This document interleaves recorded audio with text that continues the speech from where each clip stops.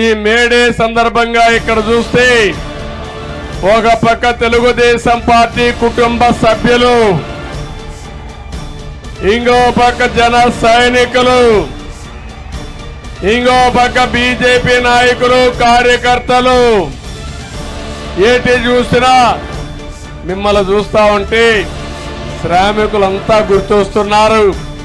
10 రోజులు కష్టపడి అఖండ మెజార్టీతో గెలిపించండి. ఆ తర్వాత ఈ రాష్ట్ర భవిష్యత్తుని మార్చే బాధ్యత మేము తీసుకుంటామని మీ అందరికీ హామీ ఇస్తున్నా.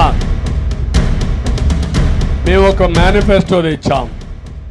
ఎన్నో సంవత్సరాలుగా అగ్రవర్ణాల్లో ఉండే పేదవాళ్ళలో ఒక ఆలోచన ఉంది.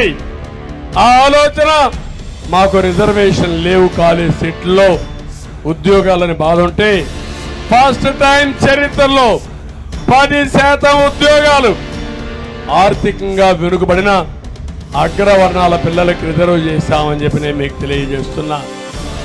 అది కాపుల్లో ఎక్కువ పేదవాళ్ళు ఉంటే వాళ్ళకి ఎక్కువ శాతం వస్తాయి, ఇంకొక కులంలో ఉంటే ఆ కులానికి వస్తాయి. అందరి కోసం 10% రిజర్వేషన్లు పెట్టామని చెప్పి కూడా నేను మీకు తెలియజేస్తున్నా. ఈ ఉత్సాహం ఒకటే కోరుతున్నా. 13వ తారీఖున తిరుగుబాటుగా తయారు కావాలి. వైఎస్ఆర్ కాంగ్రెస్ పార్టీని చిత్తుగా ఓటించి బంగాళాఖాతంలో కలిపేయాలి. మన భవిష్యత్తుని మళ్ళీ ముందుకు తీసుకుపోవడానికి మీ సహకారం అవసరం.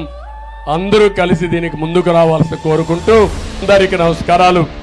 జై హింద్, జై తెలుగుదేశం, జై జనసేన, జై బీజేపీ.